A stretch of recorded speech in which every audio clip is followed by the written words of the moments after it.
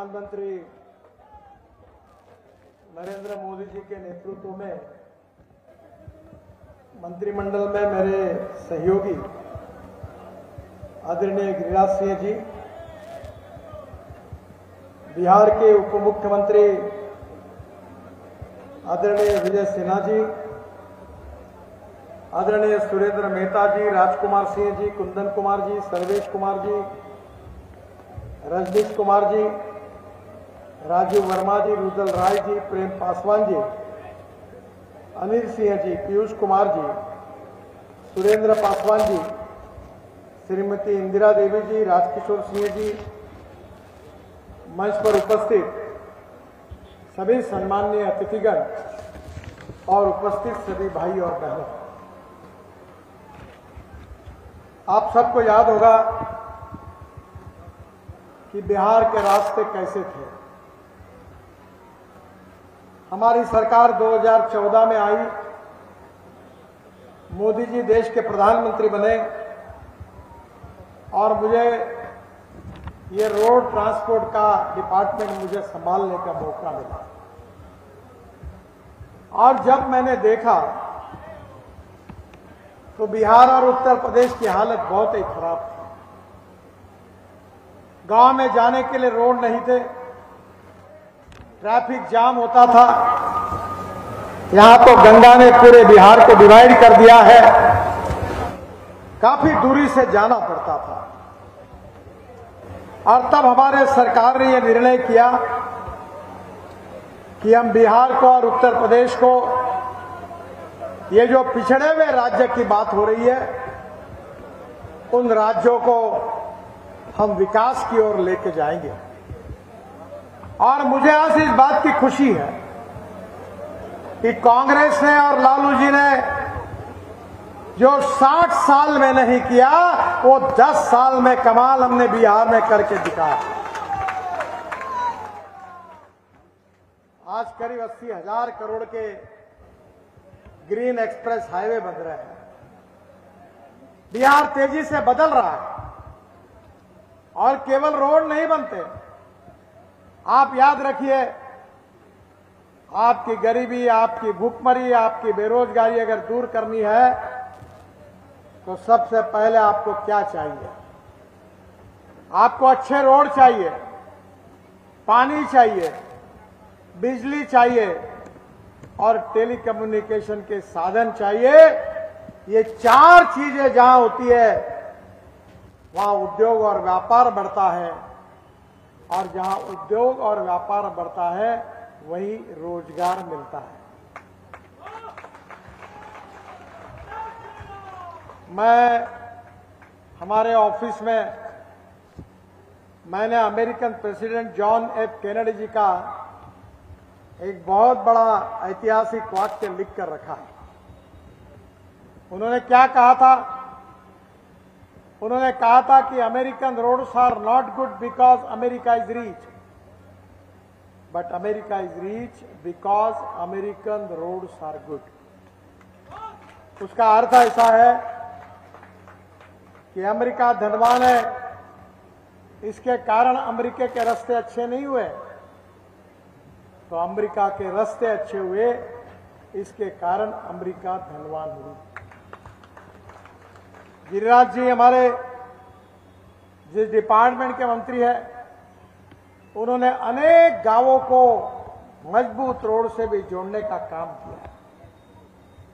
मैं आपको बताना चाहता हूं, मैं मुंबई में मंत्री था, महाराष्ट्र में।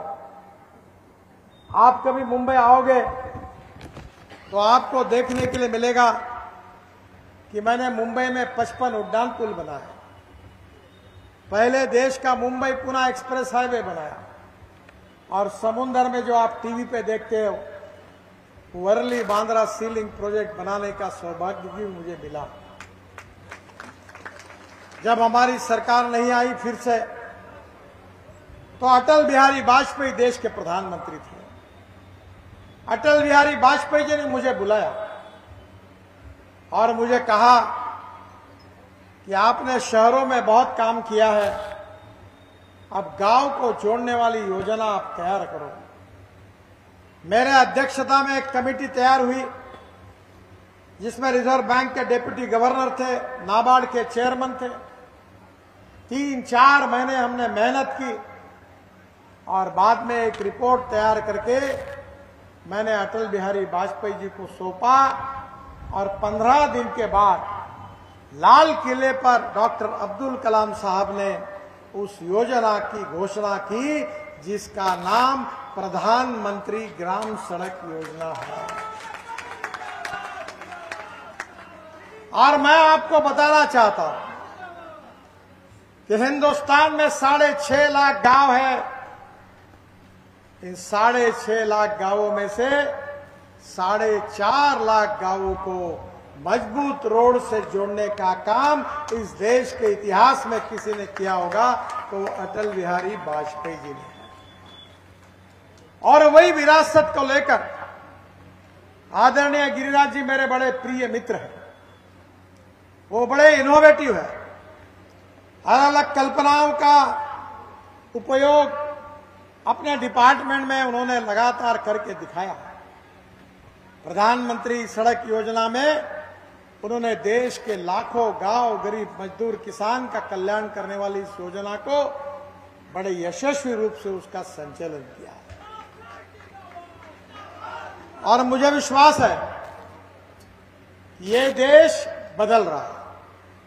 मैं किसान हूं और मैं जिस क्षेत्र से आता हूं वहां कम से कम 10,000 किसानों ने आत्महत्या की थी। मैं 3 चीनी मिलें चलाता हूं और पहली बार 2004 में गिरिराज जी को पता है कि हमारे देश में किसानों को उनके उपज का सही दाम नहीं मिल रहा था।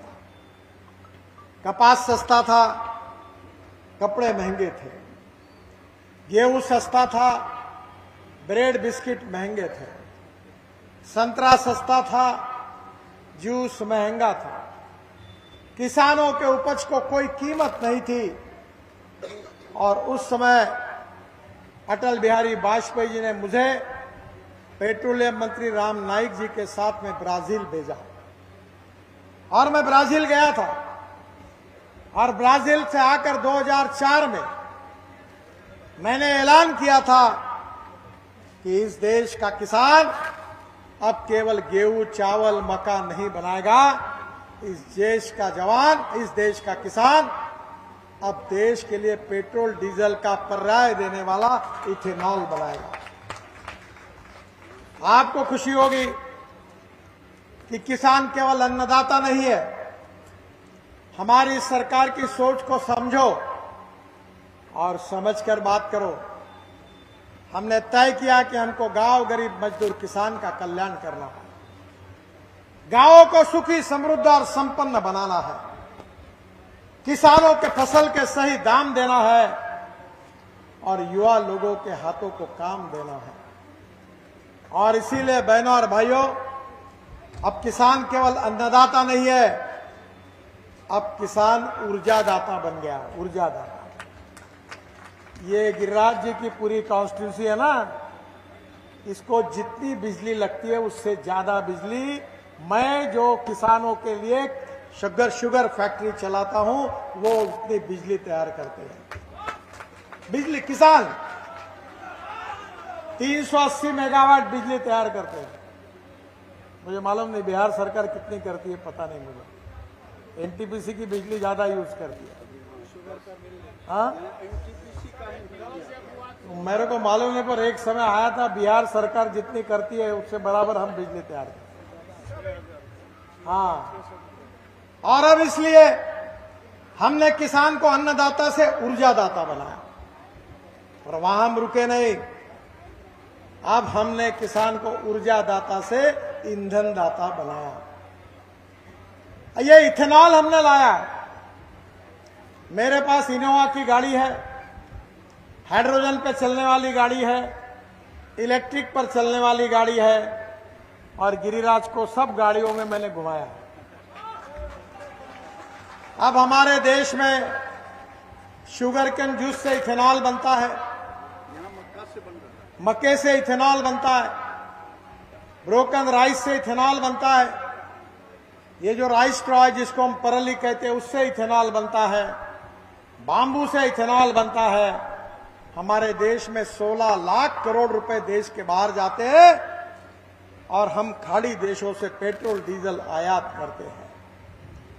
पर हमारी सरकार ने अगर कोई काम किया होगा तो किसान को अन्नदाता से ऊर्जादाता बनाया, ऊर्जादाता से ईंधन दाता बनाया, और अब ईंधन दाता नहीं तो अब पंजाब और हरियाणा में मैंने इनिशिएटिव लिया और जो परली जलाते थे जिससे प्रदूषण होता था उससे बिटुमिन बन रहा है, बिटुमिन डांबर बन रहा है। अब किसान डांबर भी बना रहा है। पानीपत में प्लांट लगा हुआ है इंडियन ऑयल का, 1 lakh litre ethanol per day तैयार होता है, 150 टन डांबर तैयार होता है और 76,000 टन हवाई ईंधन तैयार होता है जिसके ऊपर हवाई जहाज चलेंगे। आप शायद मुझे जानते नहीं क्योंकि मैं आपके एरिया में कम आया हूं, पर मैं झूठी बात और झूठे वादे करने वाला फोकनाल लीडर नहीं हूं। जो बात कहता हूं वो डंके की चोट पर पूरी करके दिखाता हूं। 10 साल में मेरे भाषण पूरे मीडिया वाले रिकॉर्ड कर रहे हैं। कोई माय का लाल पैदा नहीं हुआ, जो बात मैंने कही वो जब नहीं हुई वो कहने वाला कोई तैयार नहीं। और इसलिए मैं आपको आश्वासन दे रहा हूं कि आने वाले 5 साल में ये हीरो, होंडा, बजाज, टीवीएस, इसकी स्कूटर और मोटरसाइकिल, मैं ट्रांसपोर्ट मंत्री हूं, अथॉरिटी हूं इसका, ये पूरी किसानों ने तैयार किए हुए 100% इथेनॉल पर चलेगी। मेरे ही मांग पर इंडियन ऑयल ने देश में 300 इथेनॉल के पंप खोलने का निर्णय किया है। और अब इनोवा जो टोयोटो की है, वो टोयोटो की गाड़ियां, मारुति सुजुकी की गाड़ियां, ये फ्लेक्स इंजन पर आ रही है। ये गाड़ियों में मैंने गिरिराज जी को सफर करवाया।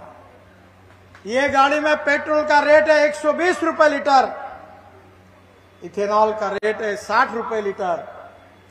और ये जो इनोवा गाड़ी मेरे पास दिल्ली में है, नागपुर में भी है, मैं घूमता हूं चुनाव में, उसमें आजकल मैं Z+ में हो तो बुलेट प्रूफ गाड़ी मेरे लिए पुलिस वाले कहते इसमें बैठिए, पर कहता मैं किसान हूं, मुझे गांव गरीब मजदूर किसान का कल्याण करना है, मैं इसका प्रचार करता हूं। और मेरी गाड़ी 60% बिजली पे चलती है और 40% बायो इथेनॉल जो आप मक्के से तैयार करते हो, शुगर केन जूस से तैयार करते हो, उस पे चलती है।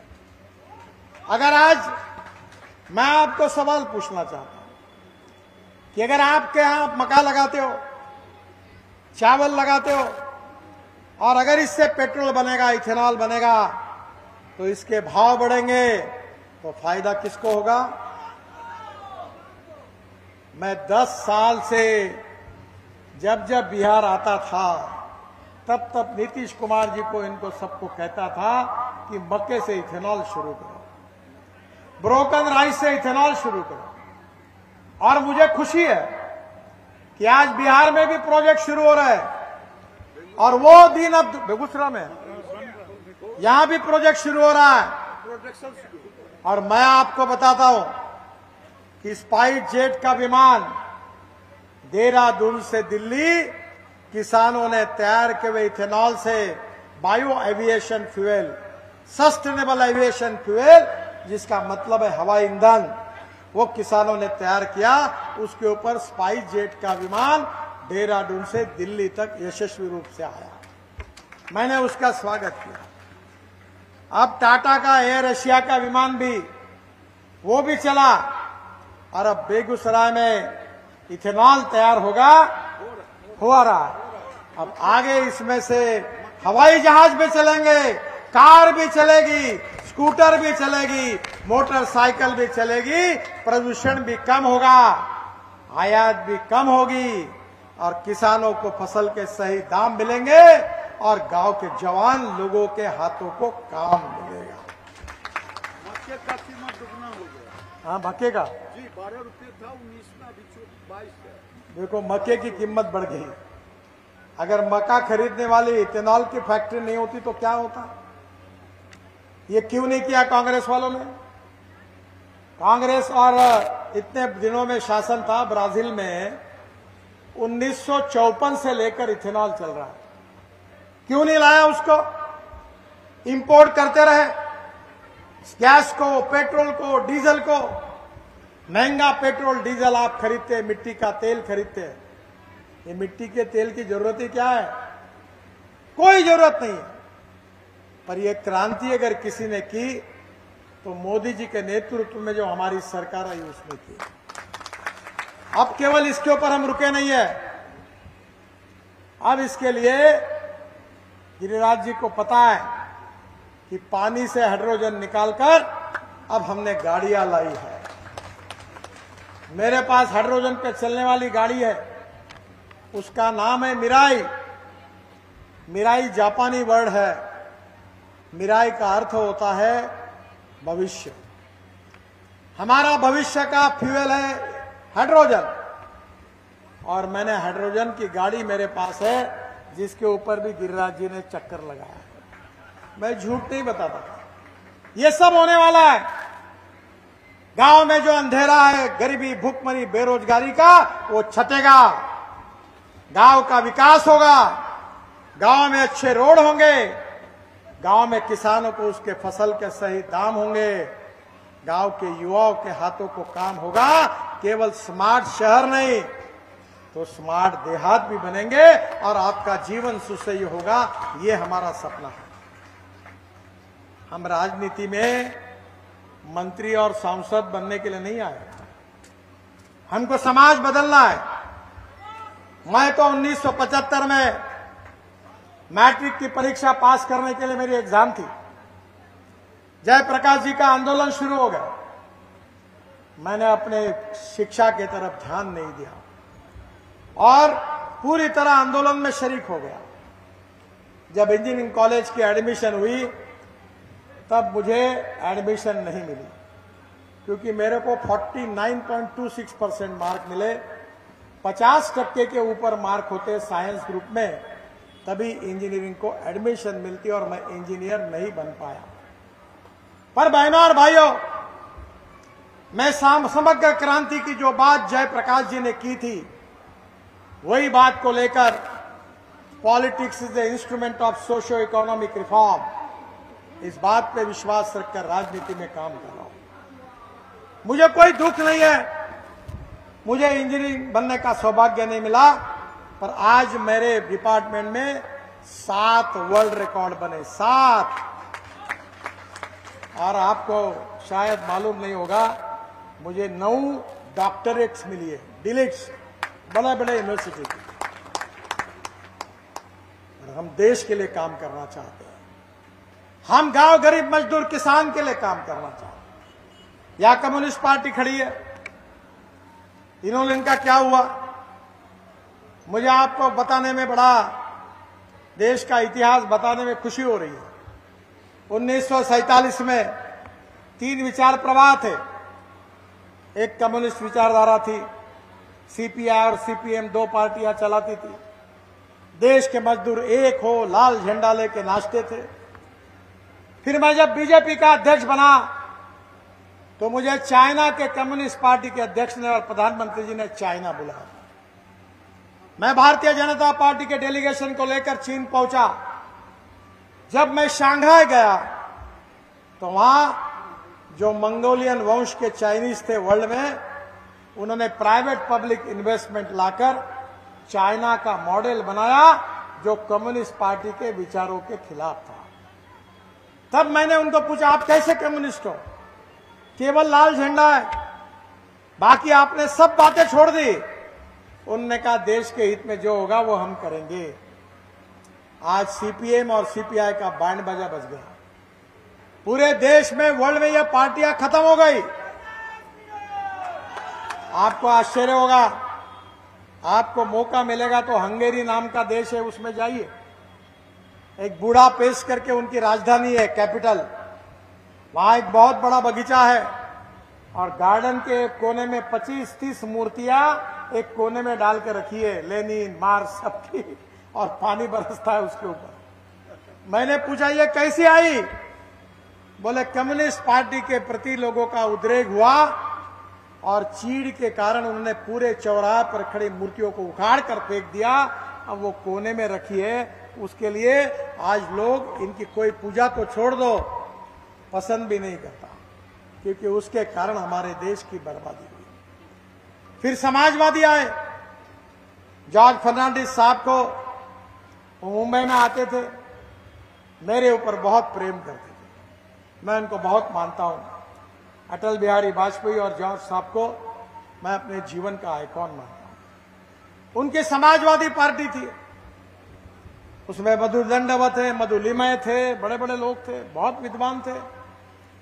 पर समाजवादी पार्टी भी खत्म हो गई। एक दिल के टुकड़े हुए हजार, कोई यहां गिरा कोई वहां गिरा, पार्टी खत्म। जब कम्युनिस्ट विचारधारा आज खत्म हो गई, समाजवादी पार्टी खत्म हो गई, तो एक उस समय स्वतंत्र पार्टी थी और वो लिबरल इकोनॉमी को लेकर अमेरिकन साम्राज्यवाद की बातों को करते हुए चलाते थे पार्टी, वो भी खत्म हो गई। और बहनों और भाइयों, हमने पंडित दीनदयाल उपाध्याय जी से प्रेरणा लेकर अंत्योदय की बात को, सामाजिक आर्थिक चिंतन को अपना उद्देश्य मानकर हमने तय किया कि समाज का जो आखिरी व्यक्ति है, जो दलित है, पीड़ित है, शोषित है, जिसके पास रहने के लिए मकान नहीं है, जिसके पास खाने के लिए रोटी नहीं है, रहने के लिए घर नहीं है, उस व्यक्ति को हम भगवान मानेंगे, उसकी निरंतर सेवा करते रहेंगे और जिस दिन उसको रोटी, कपड़ा और मकान मिलेगा, उसी दिन अपना कार्य पूरा होगा। ये पंडित दीनदयाल उपाध्याय जी का सामाजिक आर्थिक चिंतन हमारा मिशन है, हमारा उद्देश्य है। बहनों और भाइयों, मैं भी 2 बार पार्लियामेंट का मेंबर हूं, अभी भी आऊंगा, लाखों मतों से चुन के आऊंगा। बिहार में मैं कहूं कि नहीं कहूं, मुझे संकोच हो रहा है, पर मैं मेरे क्षेत्र में लोगों को कहता हूं, कोई भी व्यक्ति उसकी जात, पंथ, धर्म, भाषा और सेक्स से बड़ा नहीं होता, उसके गुणों से बड़ा होता है। और इसलिए जो गरीबी, भूखमरी, बेरोजगारी है, ये सबके लिए है। जिस भाव में हिंदू को पेट्रोल मिलता है, उसी भाव में मुसलमान को मिलता है। जिस भाव में गैस का सिलेंडर फॉरवर्ड को मिलता है, उसी भाव में बैकवर्ड को मिलता है। हमारी बेसिक बातें हैं गरीबी, भूखमरी और बेरोजगारी। अब मैंने तो कहा, मेरे लोगों को 15 साल से कह रहा हूं कि जो करेगी जात की बात, उसको कसके पड़ेगी लात। और मुझे सब जात, पंथ, धर्म, भाषा के लोग वोट देते हैं। और ऐसा भी नहीं, अभी मैं लगातार महाराष्ट्र और देश में घूम रहा हूं, सब जाति के लोग मुझे सुनने के लिए भी आते हैं और मुझे मिलने के लिए आते हैं। 4.5 करोड़ यूट्यूब पर मेरे फॉलोअर्स हैं और 3 लाख रुपए महीने की कमाई होती है मुझे, लोग वीडियो सुनते हैं। तो मैं आपको बताना चाहता हूं कि आपका सही सवाल गरीबी, भूखमरी, बेरोजगारी है।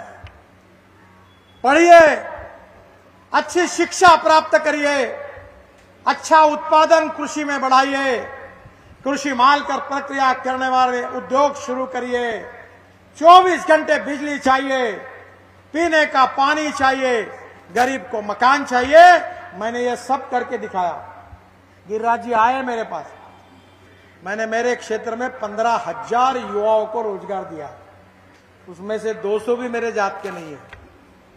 मैं स्मार्ट विलेज बना रहा हूं और जो गरीबों के लिए काम करता हूं, उसका टर्नओवर 2,500 करोड़ है। ये संभव है। और इसलिए मैं आपको बताना चाहता हूं कि किसानों की, हमारे देश की जनता की गरीबी, भूखमरी और बेरोजगारी, जिनको समाप्त करने में पूरी तरह फेल्यूर हुए, जो फेल हो गए, वो अब जाति जाति को जलाकर, जात, पंथ, धर्म, संप्रदाय को लड़ाकर जातिवाद की और सांप्रदायिकता की राजनीति करते हैं। जब कन्विंस करना मुश्किल होता है तो कंफ्यूज करने की कोशिश करती है, उससे बच के रहिए। और मैं विश्वास देता हूं कि मोदी जी के नेतृत्व में हम ऐसा हिंदुस्तान बनाना जा रहे हैं जो विश्व गुरु होगा, गांव गरीब मजदूर किसान का कल्याण होगा, $5 ट्रिलियन की इकोनॉमी बनेगी और दुनिया की तीसरी महान आर्थिक व्यवस्था बनेगी। ये विश्वास हमने जनता को दिला। मैं मंत्री हूं, मेरे पास कोई पैसे की कमी नहीं है। मैं लाखों में बात करता हूं। मैं बिहार में केवल 80,000 करोड़ के ग्रीन हाईवे बना रहा हूं। गंगा के ऊपर 13 ब्रिज बना चुका हूं और भी कोई 15 नहीं 25 बनाने होंगे तो मैं बनाने की औकात और ताकत रखता हूं। आप बोलोगे पैसा कहां से आएगा? यही तो मेरा फार्मूला है। जिसको अध्ययन करना है वो जरूर मेरे पास आए, मैं उसको समझा दूंगा। इस देश में पैसे की कमी नहीं है, इस देश में ईमानदारी से देश के लिए और गरीबों के काम करने वाले नेताओं की कमी है। मैं 50 लाख करोड़ रुपए के काम 10 साल में कर चुका हूं। वो है माइका लाल कॉन्ट्रैक्टर जो कह सके कि गडकरी साहब से टेंडर मिलाने के लिए उनके घर मुझे मिलना पड़ा। अगर कोई होगा तो कान में बता दो, मैं छोड़ दूंगा सब बातें। हम देश के लिए काम कर रहे हैं, हम गरीब के लिए काम कर रहे हैं, हम किसान के लिए काम कर रहे हैं, हम देश को शक्तिशाली बनाना चाहते हैं। इस विचार के लिए काम कर रहे हैं। और इसलिए बहनों और भाइयों, मैं आपको बताने के लिए आ रहा हूं। आप चिंता मत करिए, जितनी मांगे उतनी कर लो, डरने का काम नहीं है। मेरे पास द्रौपदी की थाली है, तुम जितना मांगोगे उतना दूंगा। पर मेरी कंडीशन एक ही है कि गिरिराज को लाखों वोटों से जिताकर भेजिए, बाकी सब काम हो जाएगा।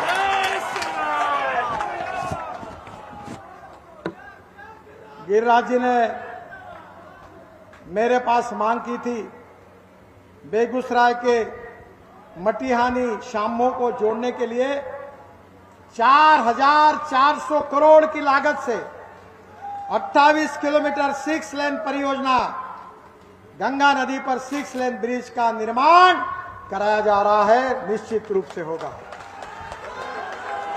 अभी लैंड एक्विजिशन अगर पूरा होगा तो चुनाव समाप्त होने के बाद 1 महीने के अंदर कार्य का शुभारंभ होगा। ये मैं आपको बताऊंगा। गिरिराज जी ने अपने जूते बहुत घसीटे हैं इसके लिए। मेरा डिपार्टमेंट ये 4,400 करोड़ की लागत के ब्रिज को देखकर मुझे बोल रहा था कि साहब गंगा पर इतने ब्रिज बनाए, इसकी जरूरत ही क्या है? बोला जरूरत केवल इस बात के लिए है कि गिरिराज जी ने मांग की है, इसलिए जरूरी है और ये करना है।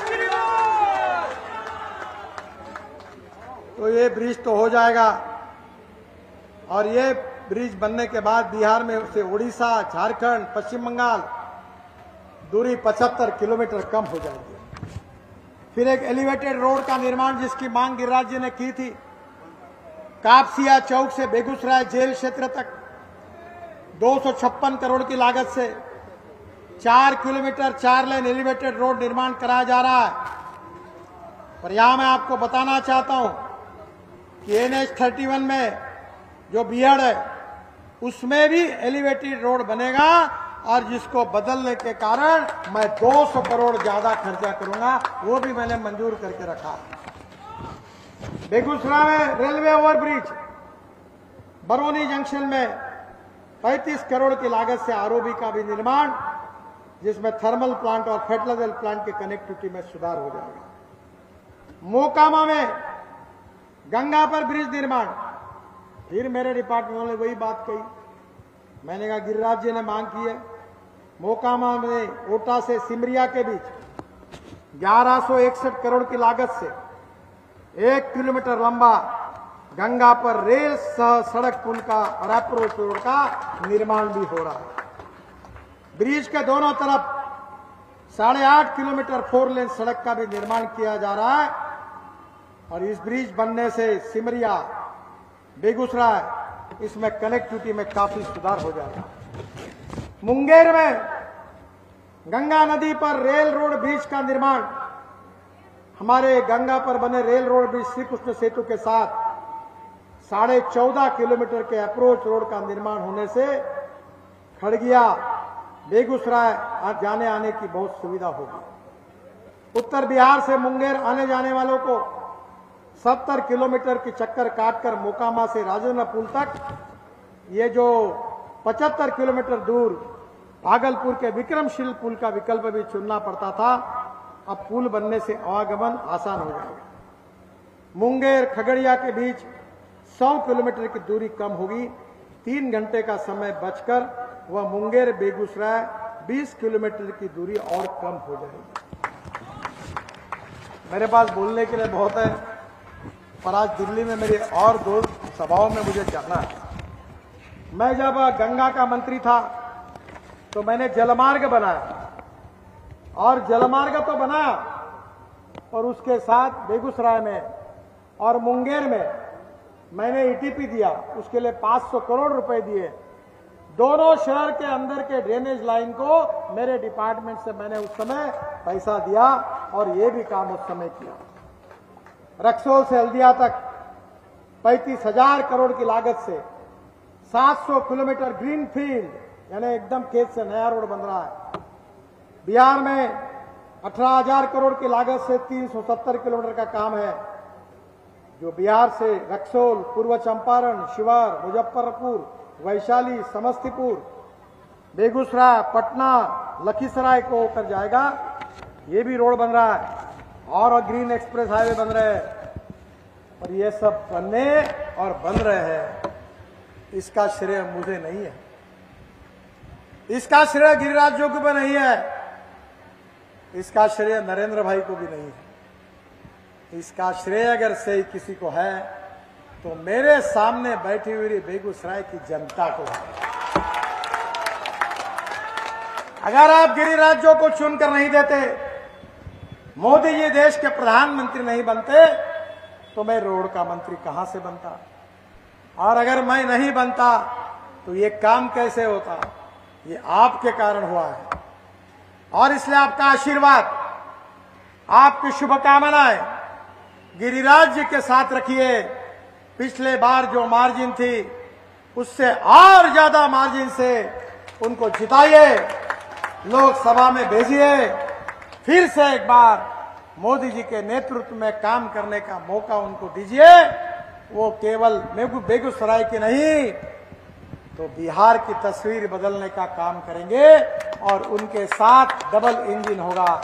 एक तरफ तो नीतीश कुमार जी की सरकार का इंजन है, दूसरी तरफ मोदी जी के सरकार का इंजन है, और तीसरी तरफ हमारे डिपार्टमेंट की इलेक्ट्रिक लाइन है।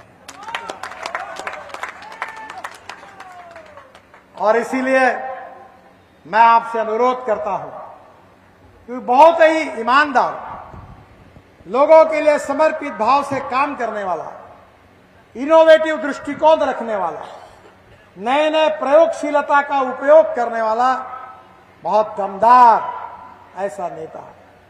छल कपट कारस्थान करने वाला नहीं है, दिल की बात साफ रखने वाला एक जिंदा दिल इंसान गिरिराज के रूप में आपने देखा। जात, पंथ, धर्म, भाषा कुछ न देखते हुए आपके भविष्य को बदलने के लिए, आपके तकदीर को बदलने के लिए गिरिराज जी को लाखों मतों से चुनाव जिताइए, यही आपसे अनुरोध करता हूं। बहुत बहुत धन्यवाद। मेरे साथ जोर से कहिए, भारत माता की, भारत माता की।